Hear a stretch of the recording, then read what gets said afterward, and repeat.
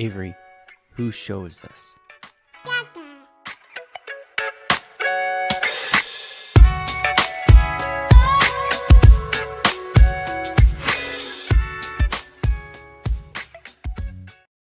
And we're live. Welcome, everybody, here to the Lakers Lounge Podcast. I'm Anthony Irwin, Senior Lakers Insider for Clutch Points. And today on the show, we're going to look at a calendar, folks.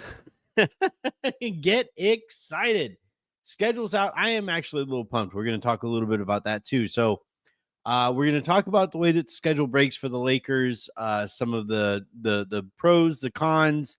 And then I've had a bunch of people asking over the last few days about the Boston Celtics ownership situation, the updates that we got from that, and what that might mean for the Lakers ownership situation and that transition of power. Pretty loaded show for a random Thursday night in the middle of August. A quick reminder, please do hit subscribe wherever it is that you get your podcast, preferably on Odyssey, because I'm a company man. If you guys are tuned in right now on Twitter, head on over to youtube.com/@LakersLounge to find the show there. If you guys are on YouTube right now, go ahead and hit that like button for me. That stuff helps quite a bit. Share button also helps quite a bit. And tell your friends that you love the show. Tell your enemies that you hate it. And we'll go ahead and dive on in. So Lakers schedule comes out. They are playing 82 games unless the in-season tournament goes in their favor. Then you're playing a few more. And then if you play in the play-in games, then you're playing a few more. And then you're in the playoffs, and hopefully you're playing a bunch more. But I've been talking a lot lately about the need for a soft beginning of the season and, preferably a backloaded back half of the season. There are pros and cons to it, right? Like, some might say that you would like to get some of your tougher games out of the way early and be able to coast towards the finish line. That's never going to happen with the Lakers because the NBA wants to have as many key Lakers games as they can after football has finished up. So, in this case, the Lakers, they played out the way that we kind of thought it was going to play out. And in this case, it also serves to help them. They have continuity on their side because they didn't, completely overhaul the roster.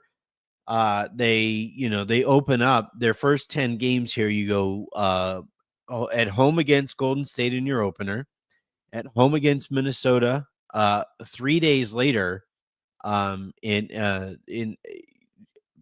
a Friday game, also at home. Then you go to Sacramento. Then you play Portland at home. Then you go to Minnesota, and then you go to Memphis. Then you have Miami at home. Then you have Portland in Portland. Then you have San Antonio, and then you have Atlanta in Atlanta. That's your first 10 games. Of that grouping there, right? Obviously, Minnesota's going to be tough. They're a tough matchup, as evidenced by the last time we saw those two teams play against each other.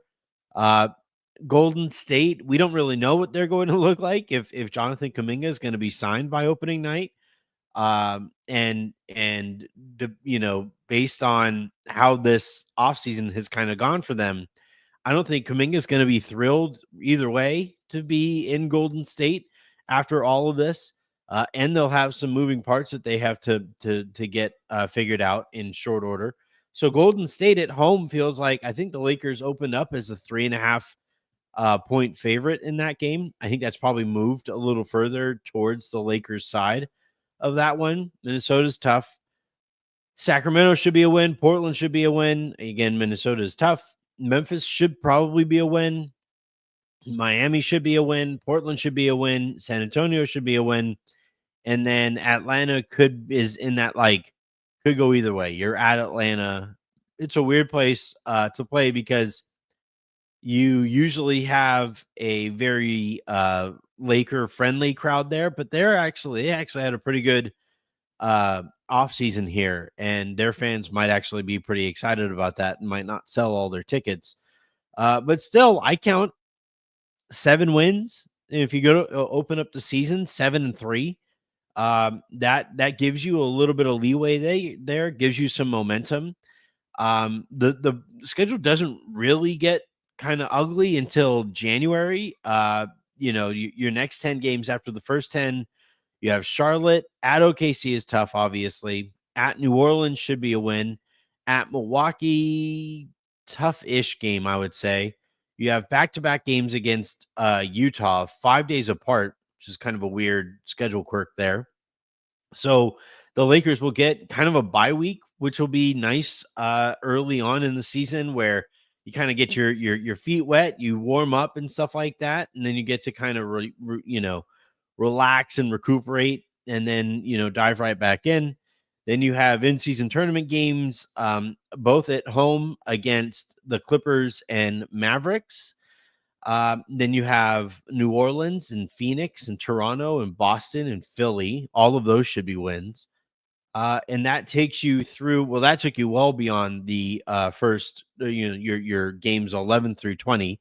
So again, beginning part of your season, that's probably another 7-3 stretch, maybe even a little bit better. Now you're talking about 14-6, maybe 15-5 to open up your season.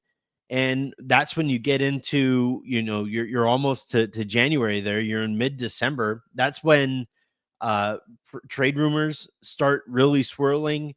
You have these teams that will have 20 game sample size. So you'll have teams like Portland. You'll have teams like New Orleans. You'll have teams like San Antonio. You'll have teams like Sacramento, who may just fall way behind fairly early on. I don't know what San Antonio is going to look like. They're kind of a NBA hipster team. But point being here that 20 games in, if the Lakers look like they're really good, maybe that's enough to convince the front office to invest in this team in this season. You also, by the way, if you open up hot, you kind of show LeBron, hey, it's really not that bad here. Raj and I had a lengthy conversation after we wrapped up yesterday's show.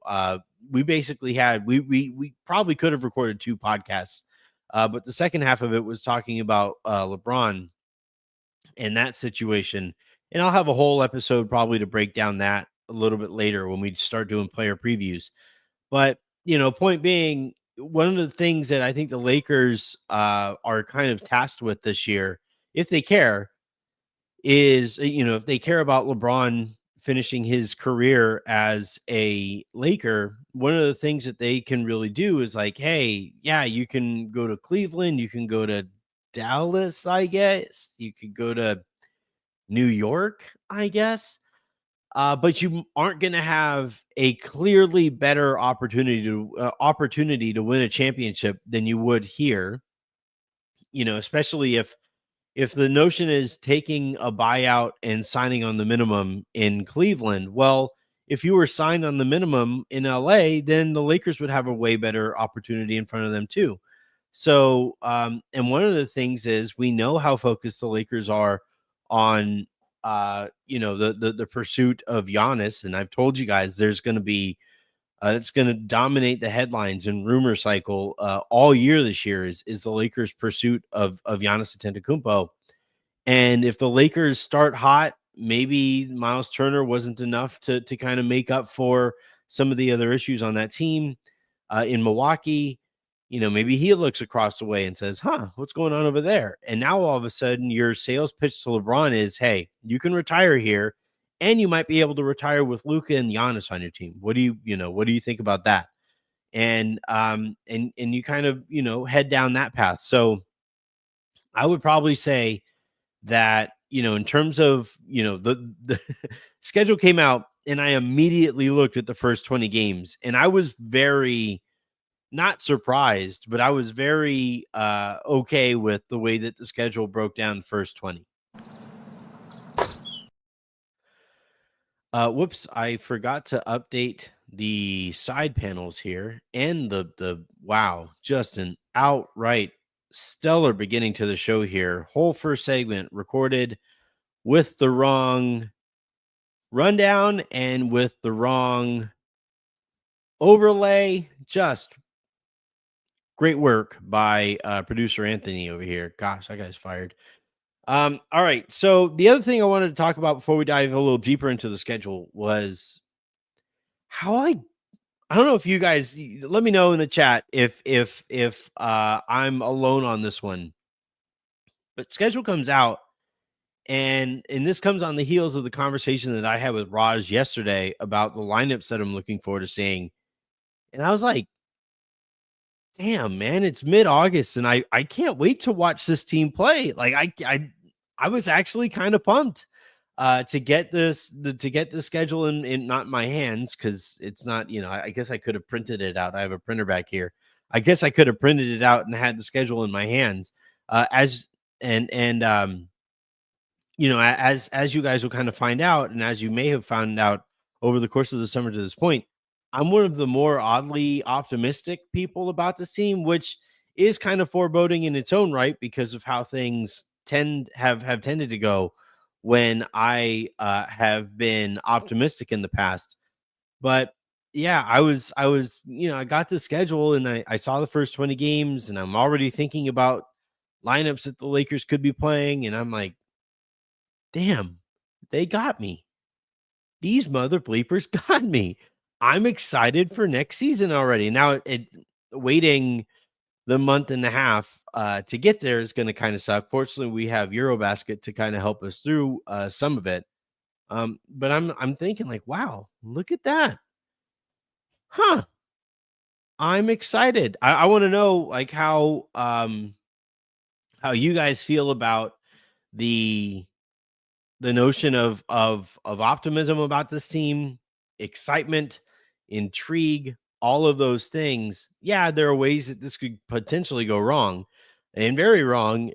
If injuries play too big a role in this season, but outside of injuries, which every team is kind of worried about, and I'm God dang it, these guys got me. It's like, what am I doing?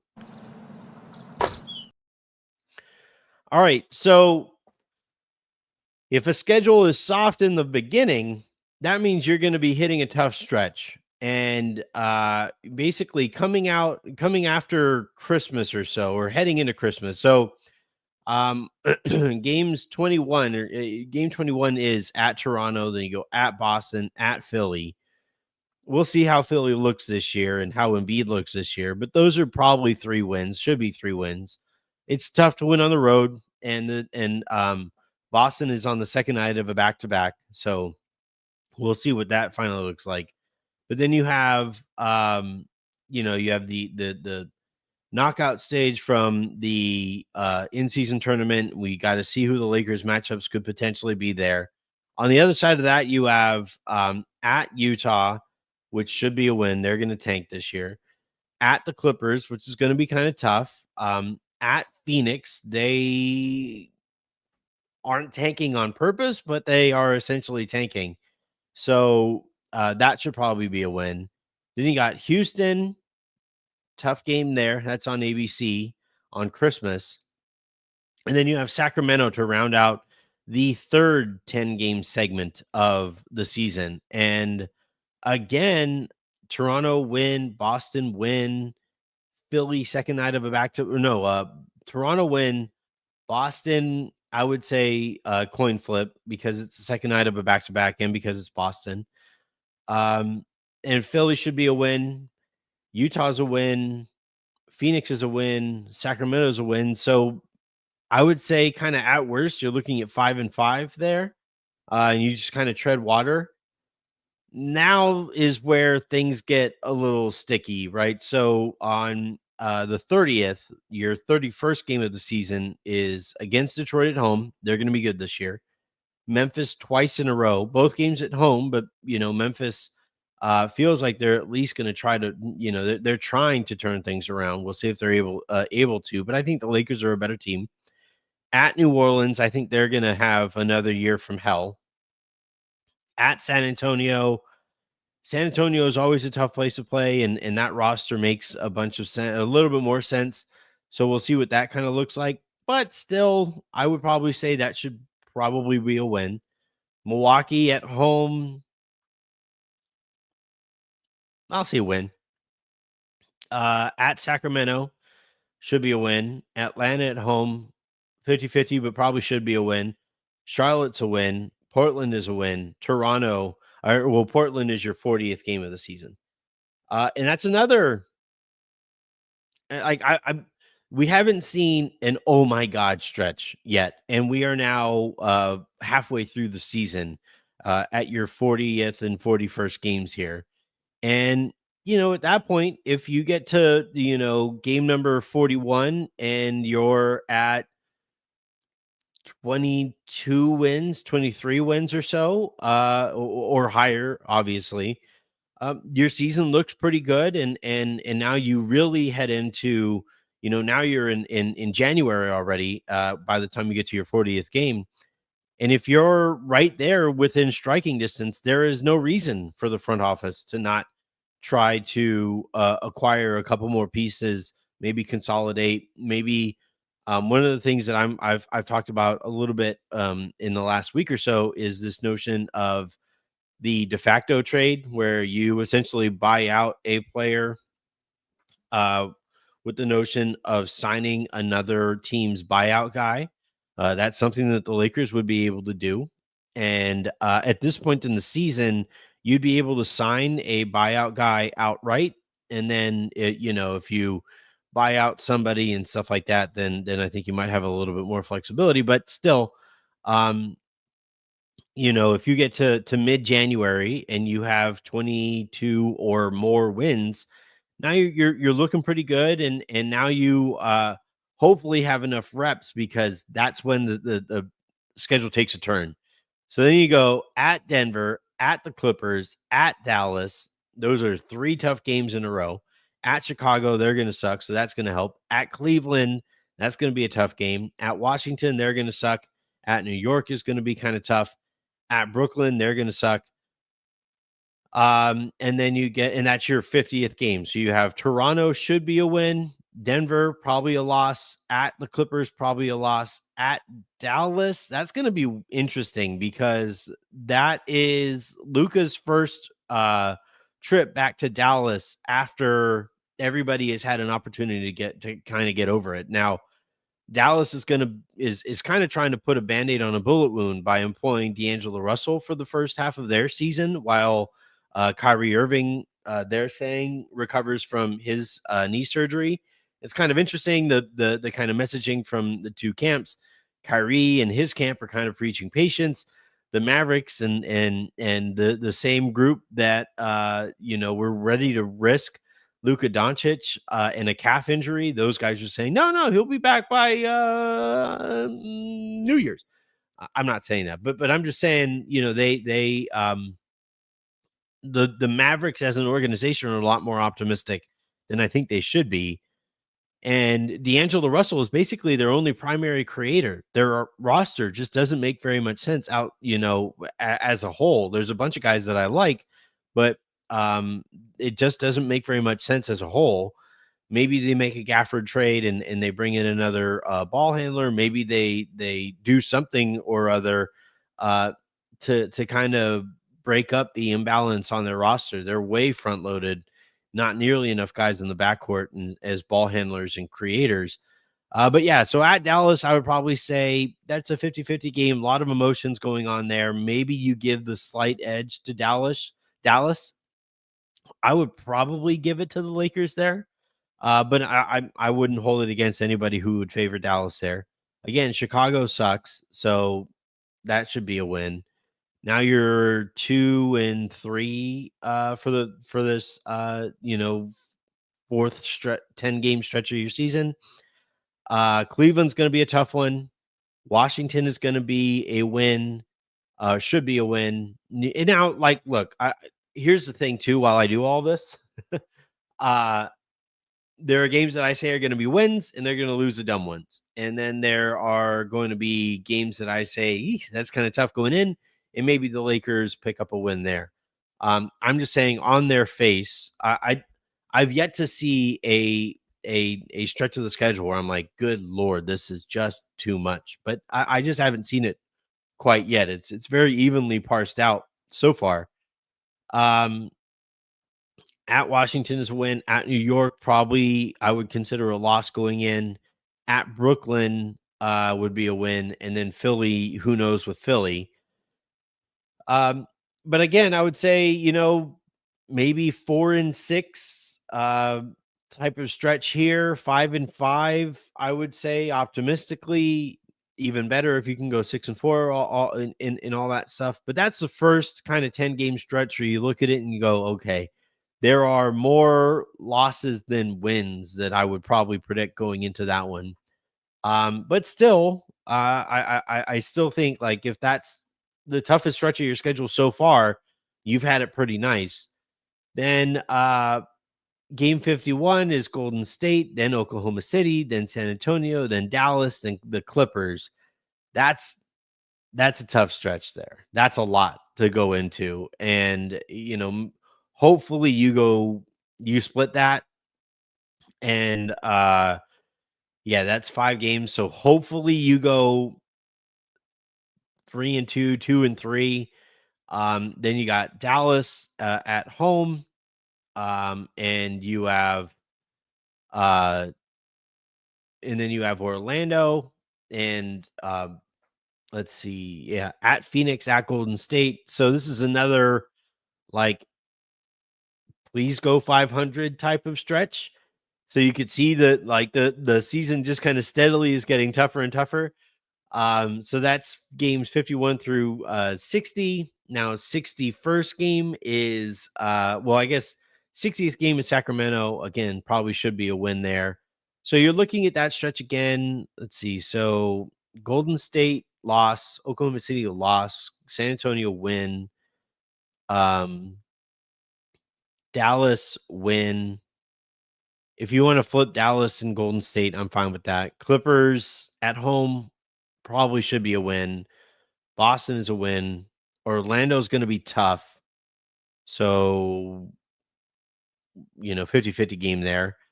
Phoenix should be a win. At Golden State, probably a loss. Yeah, I would say 5-5 there. Another one here. So, and then Sacramento is your 60th game. That should be a win. 61st game, New Orleans, win at home. At Denver, tough one there. Probably a loss. Indiana, they're pseudo tanking this year. New York at home, Minnesota at home. Split those 2 games. Hopefully win both of them, but at the very least split them. Chicago at home, they stink. Denver at home, another tough one. At Houston twice in a row, and then at Miami. And I would probably say that's a 6-4, 7-3 type of stretch. So like you can kind of see how the Lakers can piece together a pretty good season so far. And again, I'm optimistic, but you're now 70 games in, and at worst, I've read a couple 5-5, maybe 4-6 type of stretches here.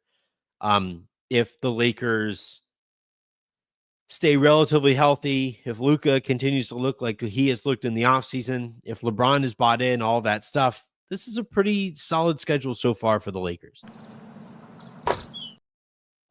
All right, to wrap things up, you got your 70th game at Miami is your 70th game. And then you go at Orlando, probably a loss. You always seem to lose to Orlando, and they're good this year. At Detroit is going to be tough. At Indiana should be a win. Brooklyn at home should be a win. Washington at home should be a win.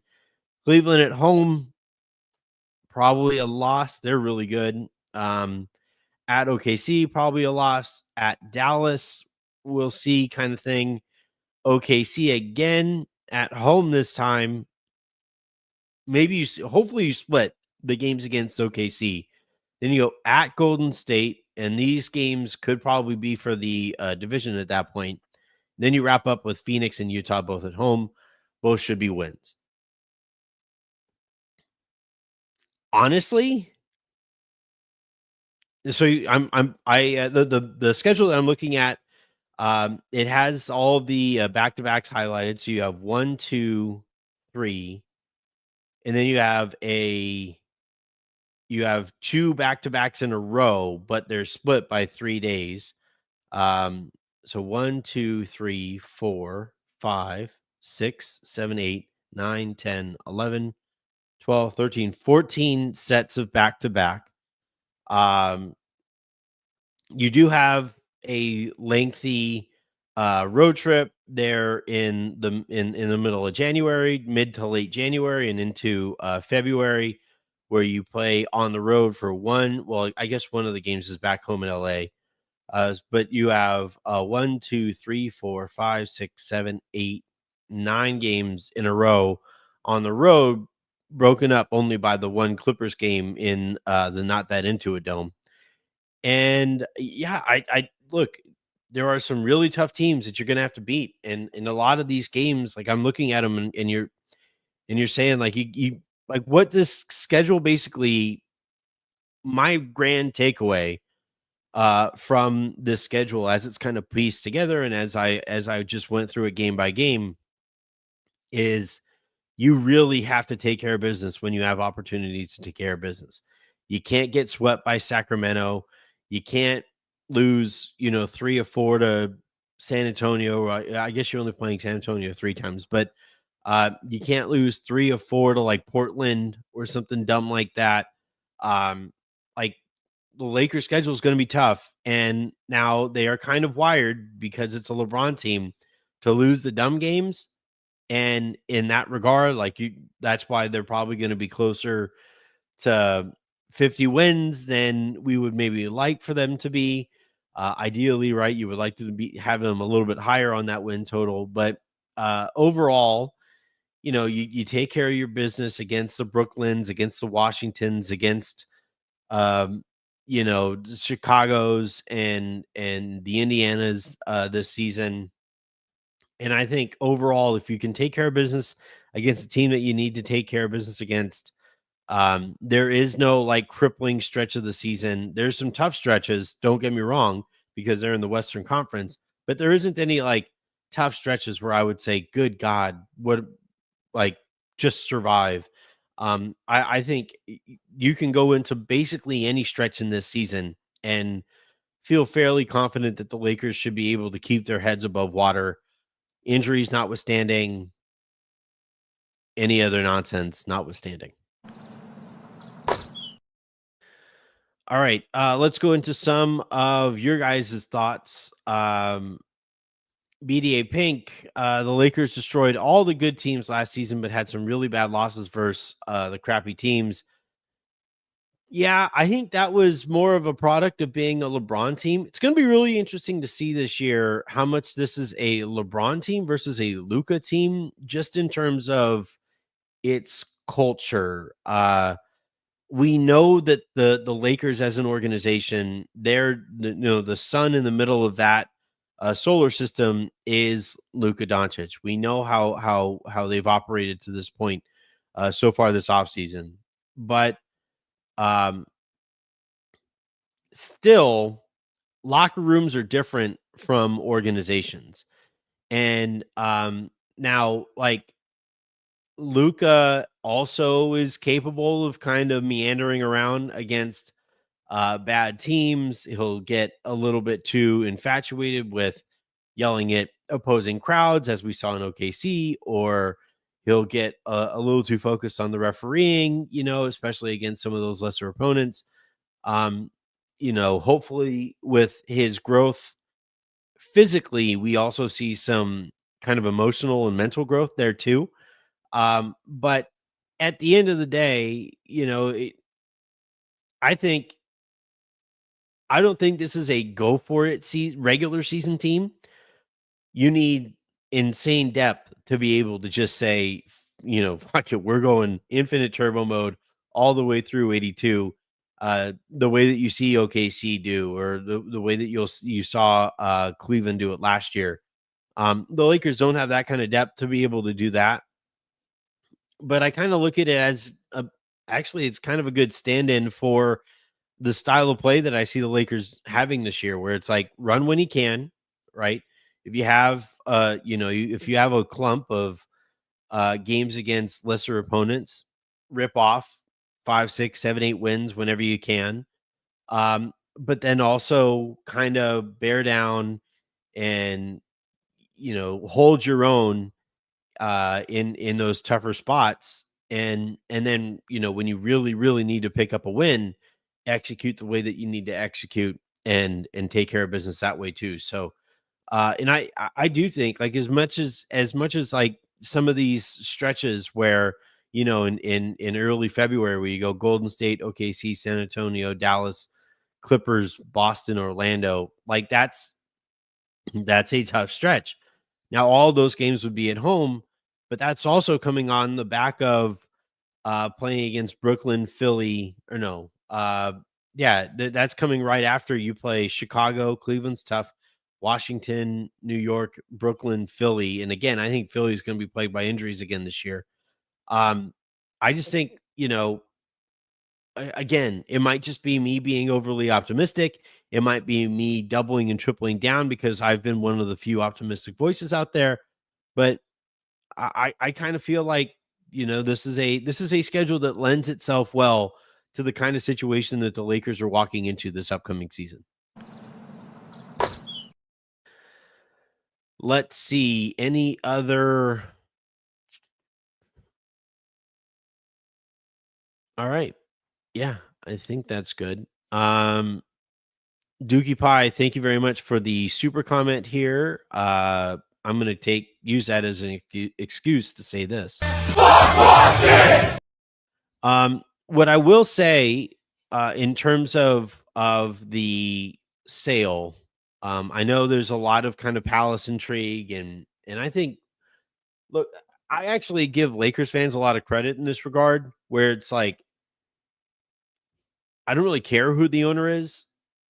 I just want that owner to handle the organization in the way that I would like, this organization handled. And it's been good to kind of see, Lakers fans kind of like ready to, kind of move on to it's kind of funny because um Lakers fans, like a section of Lakers fans kind of feel the same way about LeBron, or if I could maybe even take it a different direction, there's a narrative out there, and I don't think it's unfounded, but there's a narrative out there that the Lakers are just kind of looking at LeBron and it's like, all right, move on. It's Luka time now. Come on, let's go.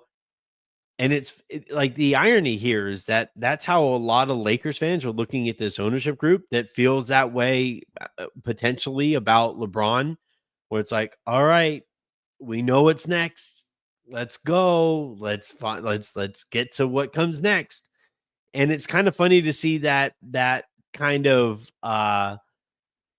those two things kind of running parallel with each other, those two sentiments running parallel with each other and adjacently to each other at the same time. It's just so funny to see, these very similar sentiments potentially at a time where it's like, I still think this is a good team. Like Raj and I were going back and forth, and he was talking about how, like, do the Lakers want or should we want a LeBron retirement tour in a Luka year? And my thing was like, I don't think a LeBron retirement tour and being competitive are mutually exclusive. Because you look at all the other retirement tours ever, Kareem could barely walk by the time he was retiring. Kobe was on the other side of an Achilles tear by the time he had his retirement tour. Magic never really got one, and then he kind of got one. But obviously that situation was so unique because of the HIV situation that he was going through. Michael kind of like got one, but as like a wizard, and at that time, clearly he wasn't, good enough to be the best player on a championship level team either. And I don't think LeBron is necessarily either, but he's playing at such a higher level than those guys that when we talk about, like, well, what if LeBron's retirement tour takes away from the competitive nature of this team? It's like, I think LeBron really wants to go out winning.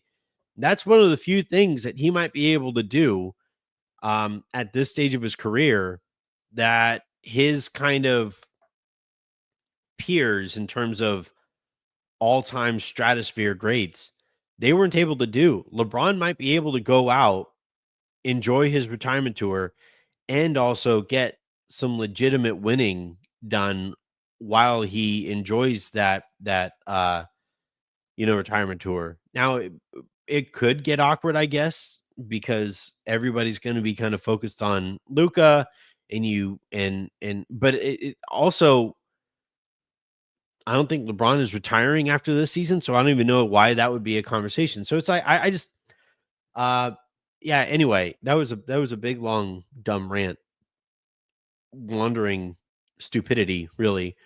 But yeah, when it comes to this ownership situation here with the Lakers and with Mark Walter and with Jeanie Buss, what it kind of comes down to is Jeanie still literally holding the 15% necessary to remain a governor in any way whatsoever. And Mark Cuban sold essentially too much of his stake to be able to have legal grounds to stand on when the new ownership, when the Adelsons basically said like, all right, that's cute, no, like, exit stage left. um with Boston, with Grusbeck sold too much of his equity in the Celtics to be able to have that legal ground to stand on. So now that new group is kind of telling him like, all right, thank you, you stripped down the team for parts that we needed you to do. You kept our hands clean by doing that. Now you can kind of move into a different type of role here with the team. That's different from how the Lakers are, uh, divvied up right now, where the Busses do own 15%. And now I guess one potential loophole that I would imagine, I would hope that the Busses lawyers thought of, but um, the Bus Trust, the Bus Trust owns that 15% stake, and that is divvied up between the kids, which means technically, if that is divvied up equally, right? None of the kids comes anywhere close to that 15% mark. And if Mark Walter, and again, this is a pretty obvious loophole, so I would imagine that Jeannie's lawyers probably thought of this. I would hope, otherwise they aren't very good lawyers. But if Mark Walter basically wanted to get super technical and wanted to kind of transition into full and proper ownership that much faster, he can probably say to Jeannie like, yeah, your trust owns enough for you to stand up legally, but you don't personally. Now you speak for the trust, and that might be the closing of that loophole.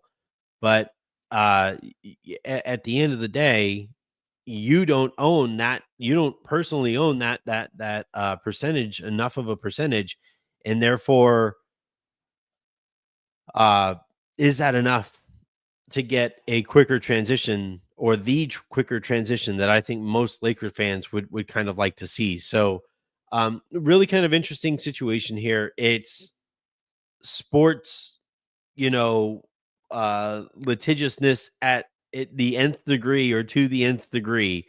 So I didn't want to spend an entire episode talking about this, breaking this down, but I think I kind of find myself smack dab in the middle of, because I saw a lot of optimism that, yeah, what happened with Cuban, what happened with Grusbeck, uh, that is definitely going to happen to Jeannie and the rest of the group there. That was like one end of the spectrum. Was like the most optimistic that Lakers fans were, was that, yeah, that is going to be taken care of. We no longer have to worry about that. Here is the precedent set by these other teams. Now there is the other end of the spectrum here, where it's like some of the reporting that has been done would indicate, nope, actually the 15% is all that matters, and Jeanie is not going anywhere until uh, she specified, in writing up that contract and the agreement to eventually be sold. We still, like, this sale still hasn't officially gone through, so there is no like legal document that anybody could get their hands on to try to explain all of this. Because once we get that, then it's all over. I find myself kind of in the middle where it's like I can understand where some Lakers fans would have that optimism. I could also understand where those who have been doing reporting on this and have people telling them directly their side of that story, specifically Jeanie and her group, would be telling their side of that story to the Amex and to the Shelburns and so on and so forth. I could see why that group would be like, nope, this is all that's all that matters is the literal writing on the piece of paper. Thing is, we don't really have that piece of paper quite yet. And we now have that precedent. So I find myself kind of in that middle ground where I'm still in very much wait and see mode.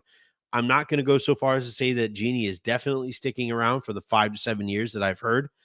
I'm not going to go so far as to say that Mark Walter is going to take the first opportunity here in the next year or so to basically say like, all right, thanks, Jeanie. Go enjoy being a minority owner without any of the pressures that come with it. Also, I wasn't able to fit this on the rundown today, but also another part, the Lakers went with the 2-for-1 special in their personal emails today, where some of the email was about the schedule being released, and then the second half of the email was about Pat Riley's statue, which is going to be unveiled February 22nd. Which, hold on.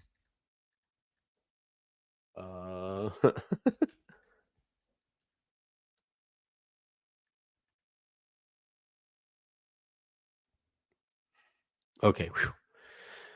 All right. So the trade deadline, by the way, is February 5th. The Lakers are in action that night. Unfortunately, the thing that, like, for some reason it just kind of got stuck in my mind that it was a little bit later in February, and I thought for a second that maybe the trade deadline coincided with or was closer to statue day. But Pat Riley is going to be getting a statue on February 22nd. I would hope that Phil Jackson's statue is close behind him because they won just as many championships as each other. Still very deserved. And also, if they make the statue nice enough, maybe you convince Pat Riley to part ways with Andrew Wiggins for that much less. But no, congratulations to Pat Riley for the statue. My guess for like what the statue would be is the picture of him kind of hands on his hips, showing the tie perfectly tied at the exact right level. Great, nice suit, right? I would probably say that's probably the pose that he'll be doing there. I can't really think of anything else that comes second that would be kind of statuesque. You could technically, I guess, have him kind of kneel down so that people could be closer to eye level with the statue. But regardless, that's going to be unveiled. Hopefully, everything is spelled correctly when that is unveiled. But yeah, like BDA was a good comment here. Giving a guy a statue while that guy is also having trade talks with your team is wild. Yeah, I would imagine it's like, depending on how any single negotiation conversation goes, right? It's like, you know what, fuck it, do what he did to Dwayne. Like, you know what, make him look like Cristiano Ronaldo. Unless he says he won't, he'll give up Andrew Wiggins for less than a first round pick. Otherwise, he's stuck with Cristiano Ronaldo's face. And then it's like, if you get a deal done and negotiations well, or he negotiates well, and you feel like he was in good faith, and you wind up with the better player, all that stuff, then you could say like, you know what, man, I'll polish that. I'll polish that every other week for you myself. Like that could be part of the negotiation there too, I guess. All right, that is, I believe, going to do it. We did get, let's see, hold on. BDA Pink, any news of Jesse and Joey or Joey and Jesse remaining in their roles? I mean, I don't think anybody's going anywhere for the time being, for at least, I would say at least a couple of years, I would guess. One of the things that I was asking around about, I never really got it, definitively one way or the other. But one of the things that I was kind of asking around about was if Jesse and Joey started pushing, like if we got wind that Jesse and Joey were really pushing hard for the Lakers to be sold, was it because they could maybe get it in writing that they could basically have their chance finally at running the Lakers, instead of Rob Pelinka, and that could be kind of the pathway that they would see there. Again, I've heard more no's than yeses in that regard. I believe Jeanie herself signed off on this, so I don't think she would sign off on an attempt that Jesse and Joey would be making at grabbing for power. So as far as like those guys go, I believe they're sticking around for at least the next couple of years. And seeing as they have headed up one of the more stable departments in the Lakers now, in recent years, they've kind of the draft and scouting department have really kind of bungled those two picks, right? The Jalen Hood-Schifino pick didn't work out. That wound up being a waste of a first round pick. And then we'll see how Dalton Connect looks this year, but pretty disappointing first year. Didn't look very good in summer league. Hopefully he turns it around this upcoming season. But if he doesn't, that's two straight first round picks while you don't have very many assets to work with that you basically just completely wasted. And maybe new ownership doesn't exactly love that. So maybe at the very least, they re-supplement those guys with a few more resources to be even that much better at their jobs than they have already been. So yeah, they aren't going anywhere for the time being, and I would probably say they're probably pretty safe in some role in that scouting kind of area. Whenever, even after the sale goes through officially. Brandon Omang with a late super comment here. Old news, but I wish we would have gotten Grimes in the Luka trade and Sharp in the Dorian Finney-Smith trade. Is Pat going to give us wigs since we're giving him a statue? Yeah, I mean, there's a bunch of what ifs with the Luka trade. One of the ones that I was kind of thinking about was because the Lakers didn't want to give up Austin, but if they could have given up Austin instead of Max, would that also have been enough to convince the Mavericks to give up Gafford, um, or Grimes, right? Seeing as they wound up trading Grimes anyway, could they have if they had traded Austin, could they have had you obviously keep Max, who fits really, really well with Luka. And then you obviously get Luka and you maybe get Gafford, you maybe get Grimes, one of those two guys. And is that a better return than or does that return make more sense than for the Lakers as they're currently built than the way that they executed the trade before? But the way that because I've gotten this question in the Discord, and the way that I've kind of explained it is when you have a team on the phone willing to trade you Luka Doncic, you do whatever you can possibly do to get yourself off of the phone with, after saying yes as quickly as possible. You don't try to over negotiate. You don't try to, to really push things. I thought Rob handled that situation really well, where he did the whole, well, we technically can't talk to this guy about, an extension or anything like that until after he's a Lakers. So we really don't want to give up every single pick that we have from now to kingdom come. Um, and I think that's about the extent of the negotiation that I would be willing to do in that kind of a situation. For me, it'd be like, You want to give me whom?" Yes. click. Like that would be like, hey, yeah, you're sitting there in your office, you get buzzed by the secretary. Excuse me, sir, you have a Nico Harrison on line 1. Okay, yeah. Yeah, hi Nico. Uh-huh. Mm-hmm.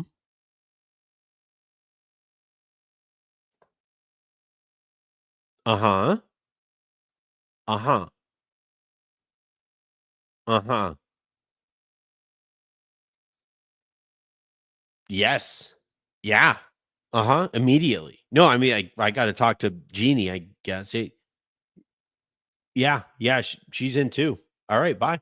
Like that would be the extent of the conversation on my end of the line. Um, and I guess technically, like if I'm not going to be so facetious, right? You don't want to give it away that you're too excited to make that trade. But yeah, at the end of the day, like we could do the what ifs on the trade, and I think that'll be something that we'll do over the course of the dead period. Is I while back when I was hosting Locked On, uh, we obviously went through COVID, and everybody went through COVID. And for those of us who were creating content, we had to just legitimately create content and create conversation out of nowhere at a time when nobody was all that interested in talking about hypothetical sports because everybody else had so many more important things to think about at the time. One of the ways that we were able to actually get more earballs on in and interested in the show and keep some people around that community was to dive into what ifs and those hypotheticals. And they were fun. Like when you really suss it out and you really kind of dive into the ramifications of various decisions and stuff like that. It's a really fascinating thing to do and a really fun exercise. And I think that'll be something that we dip into over the course of the next 6 weeks or so before the NBA preseason is upon us. One of the what ifs could be, what if the Lakers had given up Austin and instead of Max Christie, and what that trade could have potentially looked like and what the team would look like now compared to what it looks like now. And I think I'm also one of the guys that thinks Austin is a little underrated at this point. So I don't think it's quite the kind of open and shut case that some might think it is. But at the end of the day, I think there are good points to make on both sides of that equation.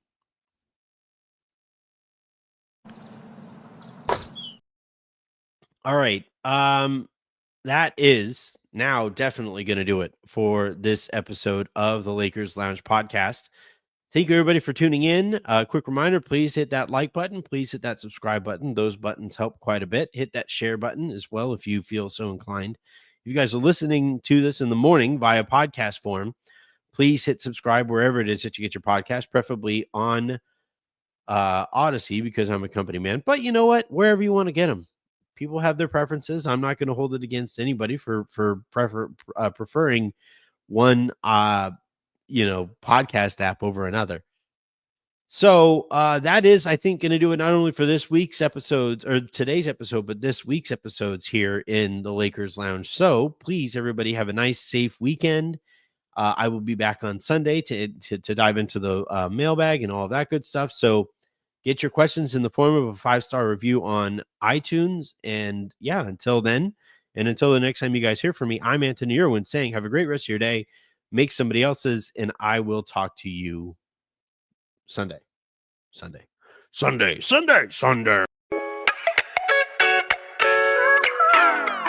Bye, everyone.